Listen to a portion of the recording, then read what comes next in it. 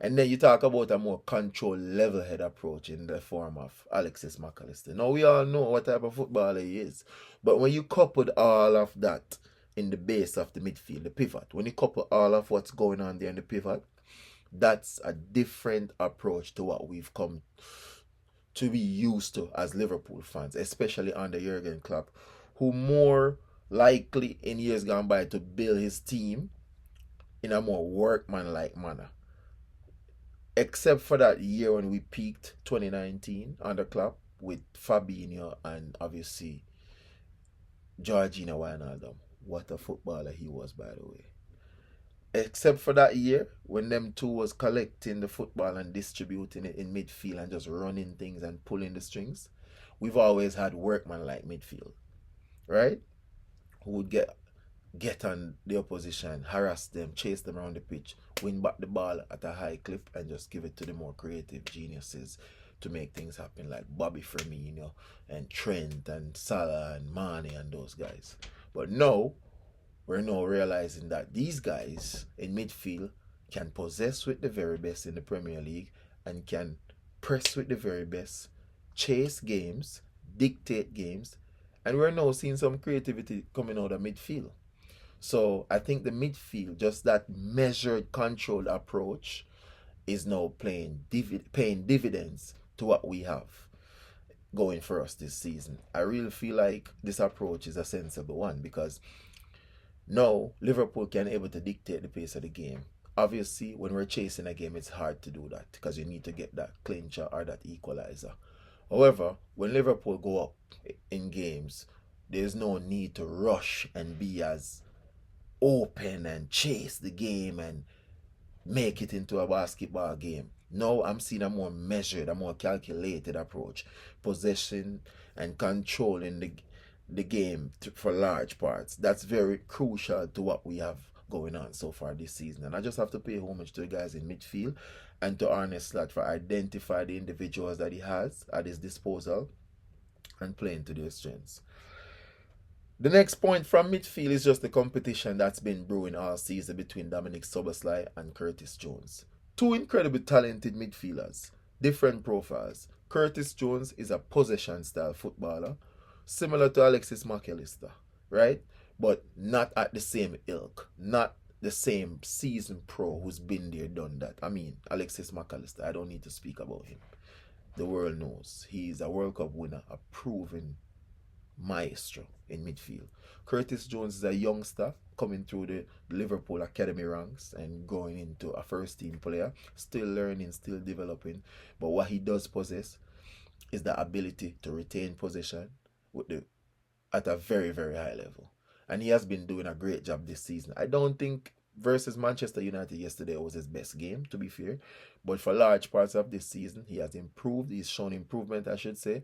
And he has been dictating the pace of a lot of games. And for that, I'm very grateful to see him grow and mature into such an effective footballer. He too has gotten a lot of stick from football fans alike. So just to see him mature and be this instrumental in a team that's playing so well during the campaign, it's very, very refreshing. Dominic Soboslai didn't start the season well, to be fair. I think the competition that he was brought into with Curtis Jones has brought the best out of him in recent weeks. We've seen him hit a different gear that we saw the first season he arrived on the club. So now we're seeing Dominic Soboslai get to that next level. I actually think we missed him against Manchester United, to be fair.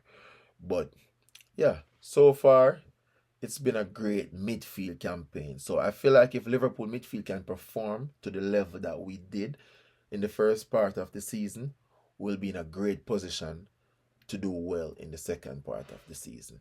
Now we're going to move on to the attack. This has been the most impressive part of our season so far.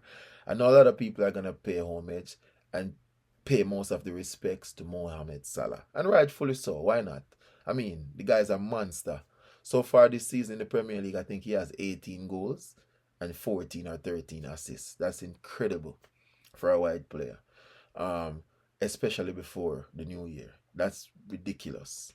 So I think at the time of recording today, January 6, 2025. I think he has 18 goals and 13 assists. That's incredible. 31 GA in 19 game, midpoint through the season. Incredible stuff.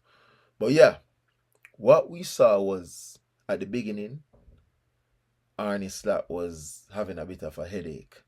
Is he gonna go with the more loose cannon, the chaotic Darwin Nunes, or is he gonna go with the diminutive, clinical edge and goal scoring prowess of a Diogo Jota? And in the end, he went with Jota.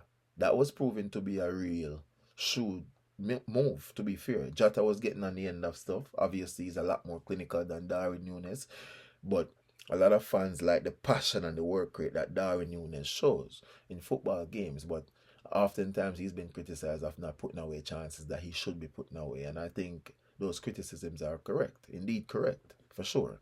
So now we're seeing the constant injuries that Jota has struggled with throughout his time as a Liverpool footballer is creeping back in. Darwin Nunes now was presented with the opportunity, to take the position, to take the jersey, to take the number 9 position, and came up short.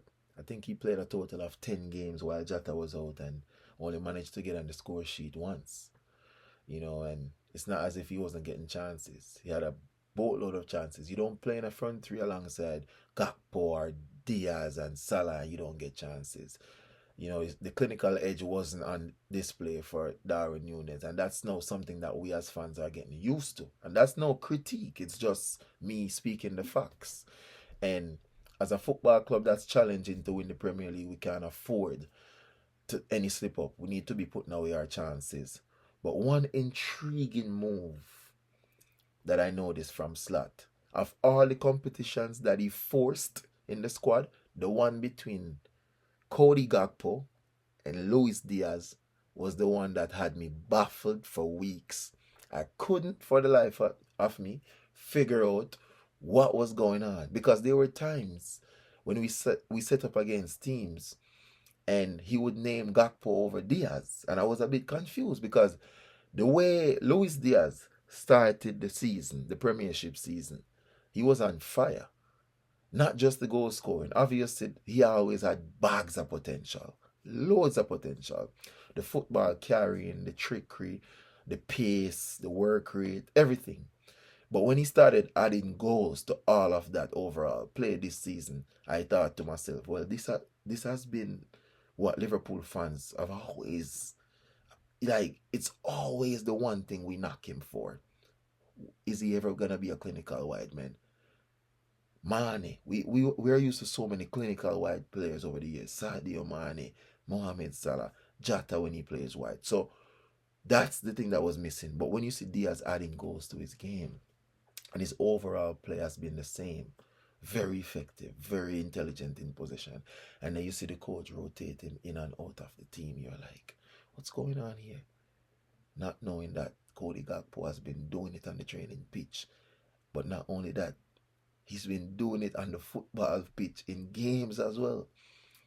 I think at the time of recording, I think Cody Gakpo has 12 goals and 4 assists so far this season. And initially, he was a rotating player.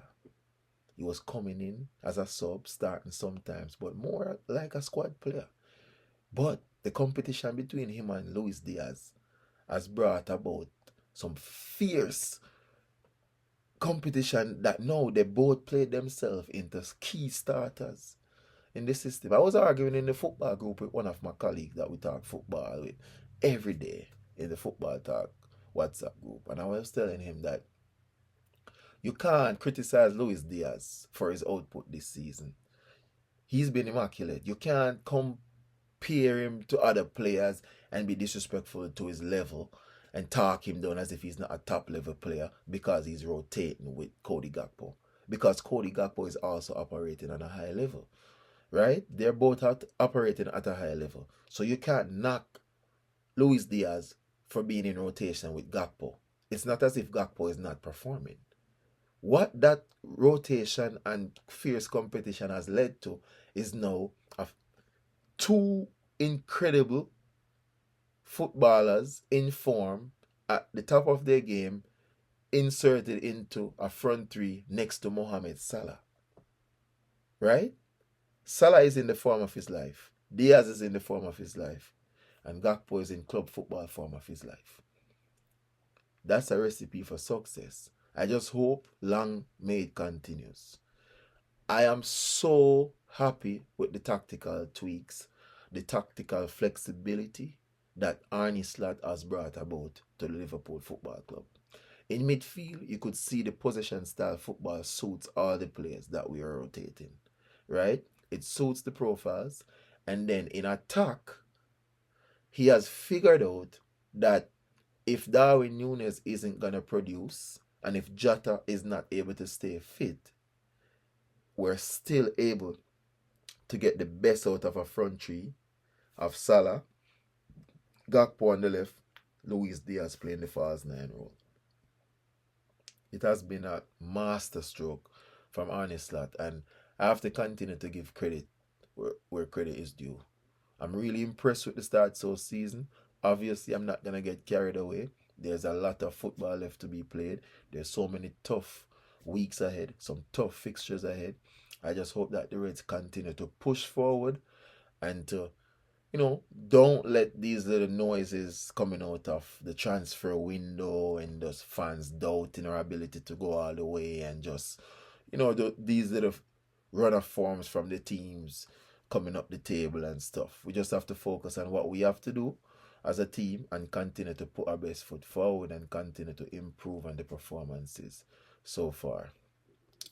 All in all, it has been a great start to the season for Liverpool. We hope that we continue to perform at a high level and long may it continue. Again, if you're new to the channel, please like the video, subscribe to the channel. We have a lot of great content coming out soon. As you can see, I tried my best to improve the quality of the video. We're working on getting a lot more equipments. Me and my colleagues alike, we're working on improving the channel. So we would like to welcome you to this community. Again, if you're new here, we're happy to have you. Please like the video, stay on course, subscribe to the channel. We're here to deliver great football content throughout the rest of 2025. I hope your 2025 has been an immaculate start so far. And again, we wish to welcome you to this community. I'm out. Have a lovely day, peeps. Ball is life, everything nice. Ball is life. Which team you support? Tune in and make a choice. Yeah, football is life. Football is life. Football is life. Football is life. Yeah.